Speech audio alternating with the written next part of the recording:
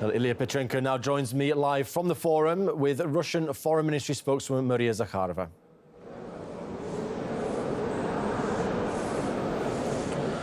Peter, hi again. Well, the day 2 at the St. Petersburg International Economic Forum is in full swing. I can feel the energy, I can feel the smell of big business, but let's step aside from economic issues for a bit and talk to the spokeswoman of the Russian Foreign Ministry, Maria Zakharova.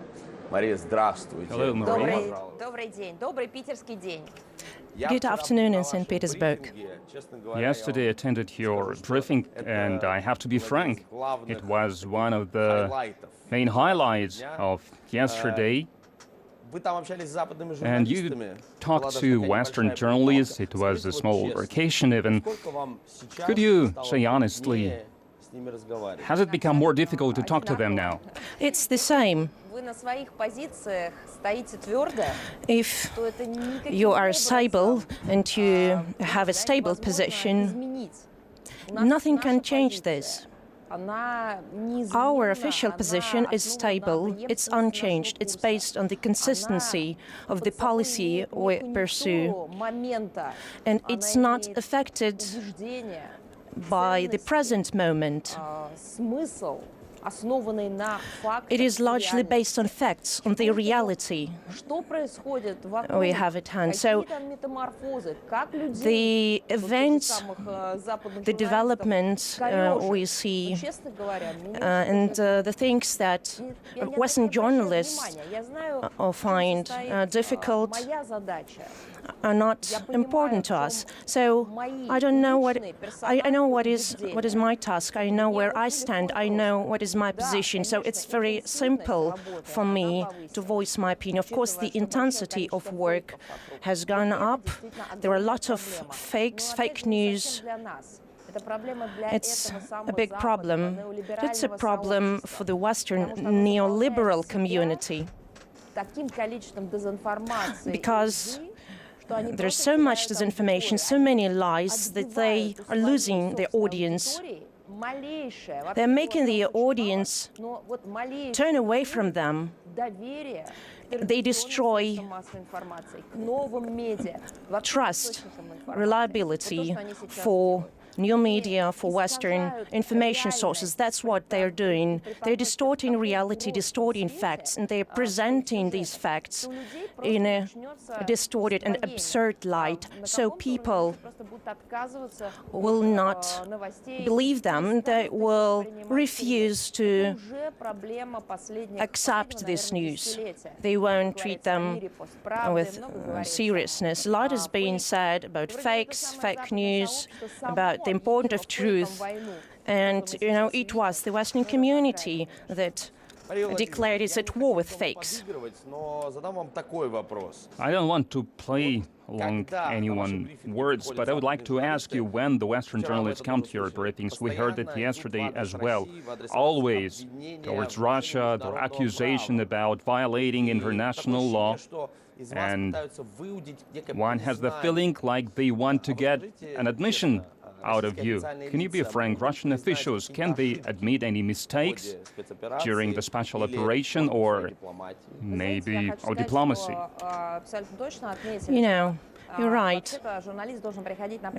Journalists has to come to a press conference or briefing with prepared questions. The Western mainstream come with proclamations instead of questions. So the way they word their questions is that there are declarations included in the questions. And after getting my response, they pretend you haven't answer the question. They're doing this on purpose in order to persuade the audience the speaker hasn't answered the questions, and also to play on the difference of answers. They want to pitch the difference and to show the contradictions. So we know this very well. As to accusations of violating international law, and if we're prepared to admit to having made any mistakes, you know, our attitude towards reality is very critical. We analyze the steps made by our partners, but there's a nuance here, and I said this to the American journalist yesterday. The system of international law, any system, means law is universal for everyone. If someone thinks he's above law, but he stays within the system ceases to function. And this person who deems himself to be above the law needs to get out of the system. If they remain inside within the system, they need to comply with the laws.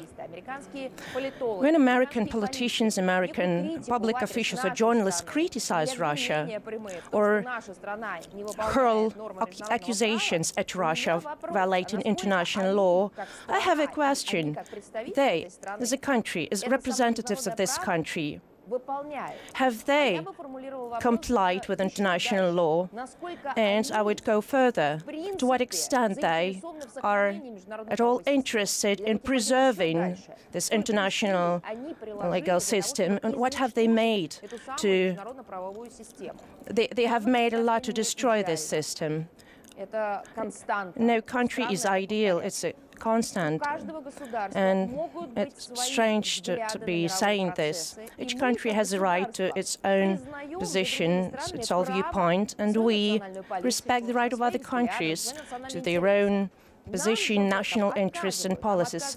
But we are denied this. They deny us the right to have our own policy, domestic and international. We don't have the right to do what we deem adequate. So, talking about the situation in the Donbass, the U.S. keeps telling us there was no referendum held in Donbass. Why not? There was a referendum, but it was not recognized. And we held a referendum in Crimea, but they keep telling us it was illegal. So where's this constant, where's this universal rule that needs to be applied to all peoples and all countries? We need to understand what is the paradigm we're living in. We need to understand the rules. And I think it's high time to stop trying to justify our actions and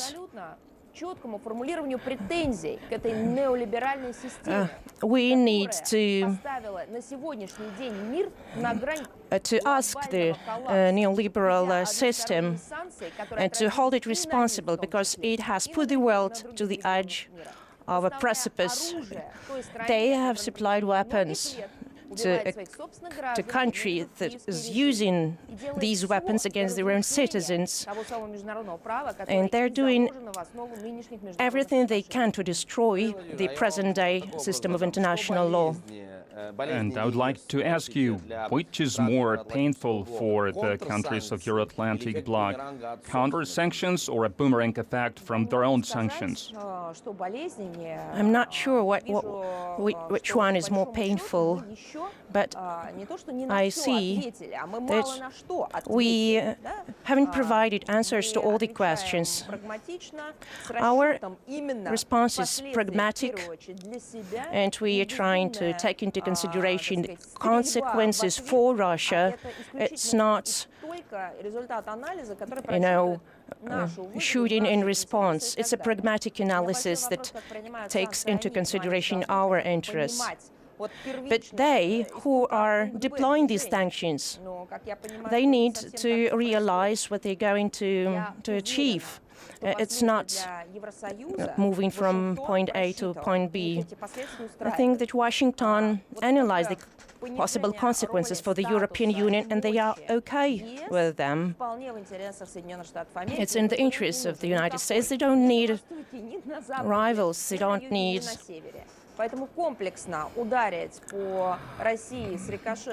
rivals in the north, or the west, or the south. So they needed to attack Russia and enjoy the ricochet effect.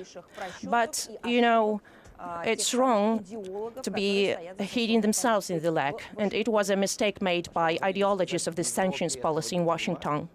So you're saying in Europe they don't understand this? Those people who realize this are not given the floor, and they are outcasts. They won't listen to them. They are called followers of the Kremlin, supporters of the Kremlin regime. It's a cancel culture, and those who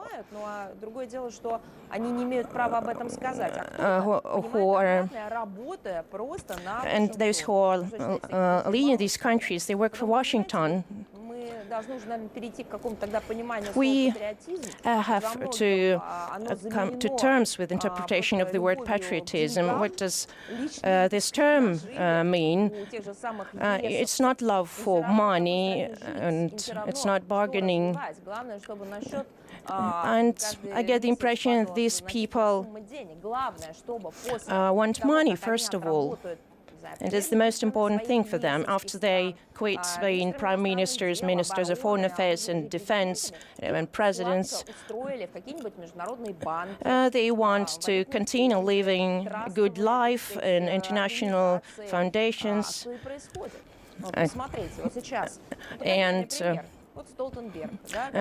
Let me give you an example. Stoltenberg, for example, the Secretary General of NATO, has to deal with Euro-Atlantic security, do everything to destroy this illusionary schematic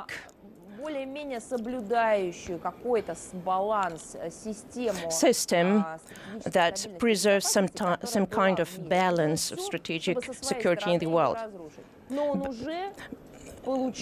But he's doing everything to destroy it, and he has got approval to assume the post at the bank. So he will receive a financial compensation for his work, for his efforts, negative efforts. The interest, we understand of what countries, but not everyone gets such positive bonuses. And there are also negative things, restrictions here, compromising material threats hurled at politicians. For example, Russia's Foreign Minister Sergei Lavrov said more than once, we have information of top European politicians and politicians in other regions of the world received threats addressed to them, their families, and their nearest and dearest if they don't support Russian decisions. A little bit more on the pressing issues. I don't want to call names, but remembering your briefing, how is it possible that CNN, Reuters, if I'm not mistaken, they can practically interview you during the briefing? So you had some kind of altercation, like I said, and we can't record any interviews abroad. You are perfectly aware about the situation RT has found itself in. That's the question of freedom of expression, a word. You can have any speaker interviewed, but foreign speakers don't want to talk to you, so they're canceling on you as a media outlet. They give interviews shown to financial elites, experts. In Russia, it's different. We are open for domestic Russian media. We are open to foreign media. We have never used system of pressure, elements of play, using, visa issues, accreditation, or other things. You know that it's very easy to get accreditation by us online. You can do it online. But there is a sanction list, stop list still. We are introducing response measures, of course. When they wield sanctions against Russian mass media, when they deny accreditation, visas, of course we have to respond. Just recently, unfortunately, I deplore these, of course, but this measure was needed. British journalists were in this position. Response measures were introduced against them. And when Russian journalists abroad can't have their visas prolonged, we have to respond. We will introduce the whole package of measures. The American journalists didn't like this, of course. But it's not our choice.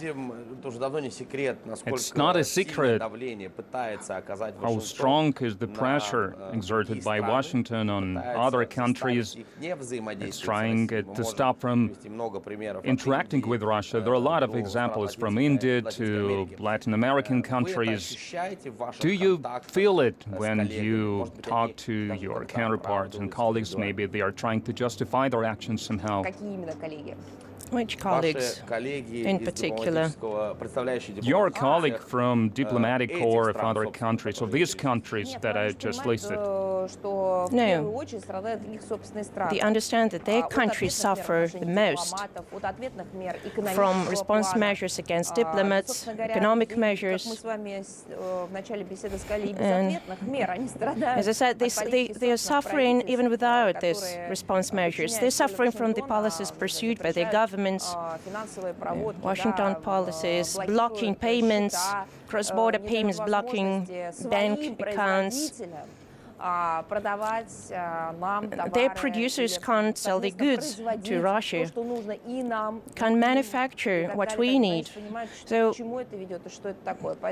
on and so forth. They understand what are the consequences, and whether they express their opinion depends on whether the person wants to assert his principles. And there is a good American movie, Devils Wear Prada. And there is a scene when young people are gathered at a restaurant and drink to jobs they have got. They raise their glasses and say, to job that pays the rent. So that's the most important principle, because losing a job, losing a job, the package, the social benefits, the means coming into a credit card, medical insurance, and so on. So losing all this is a catastrophe, is a disaster, complete disaster for Western people. But if there is no such thing as this liberal dictate, person is free. So without all these, he won't be an outcast. His life will not be destroyed if he's left without a job and he has to gather all his things and vacate his office. And he won't be able to pay the bills. He would need a good job for that. There are a lot of literary works describing this situation. So these people, unfortunately, are victims of this model. And high morals and truth cannot remedy this situation, cannot improve this. Because these people can't think of high morals. They need food to put on the table of their families. They need money to pay for their rent. This is a very tough system. The liberal system is very tough because once you're outside the system, once you become a loser, once you have made a mistake, or once you're a victim of circumstances, you can't get back on board of this ship. The system tries to get rid of you. I took part in the panel session discussing the dictate of liberalism. There were Russian journalists and businessmen among participants, also various professions, a pilot who worked in the United States, one of the NATO member states. And these people became victims of this neoliberal system. Some were imprisoned because the system needed proof of this Russophobic discourse. Other people left the country in time. Their lives were destroyed because they lived in the West, believing in the liberal values. And in no time, everything was destroyed. Konstantin Yaroshenko, Nikita, Yana Branson, and a number of other participants shared their own stories. They're not propagandists. These are not people who retranslate other people's opinions. They talked about their own lives and about their own circumstances. Speaking of Russophobia, anti-Russian sentiments, so what can you do about everyday anti-Russian sentiments? Is there any way you can help Russians who live abroad? Of course, we are doing a lot. Our speakers talked about this today.